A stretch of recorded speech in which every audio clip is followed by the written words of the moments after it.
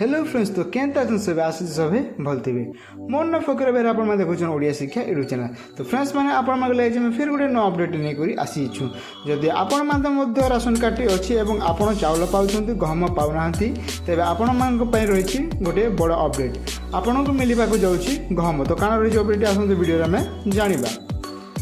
जनवरी प्रथम सप्ताह हिताधिकारी मिलवा गहम। जो हिताधिकारी आगु खाली चाउल पाते से मिल गहम।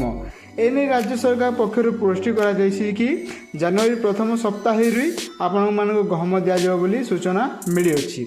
खाद्य एवं जोगाण मंत्री सूचना अनुसार राज्य में गहमर परिमाण देखि राज्यवासी को गहम देवाई योजना प्रस्तुत कर सबु जिला को नहीं केते तालिका लगे क्यों क्यों परिमाण में गहम दिज्व ताको नहीं तालिका कर दिया जाइछि एवं जनवरी प्रथम सप्ताह आपण मान गहम दिज्व बोली सूचना मिली।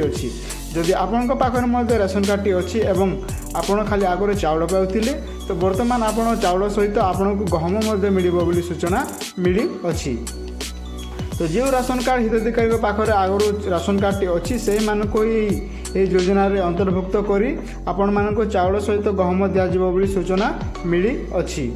जदि आपण राशन कार्ड हिताधिकारी होती एवं आगु चाउल पाउथिले तेबे आपण को गहम मिल बोली सूचना मिली अछि। यह खाद्य और जोगाण मंत्री श्री कृष्णचंद्र पात्र सूचना देछंती। राज्य में गहमर परिमाण देखि ओडिशावासी को गहम जोगाइबा पई प्रस्ताव जारी करिसेंती। एने तालिका मध्य प्रस्तुति होई सारिछि। जनवरी प्रथम आपण मान को दिज्व गहम चाउल सहित आपण पाइबे गहम।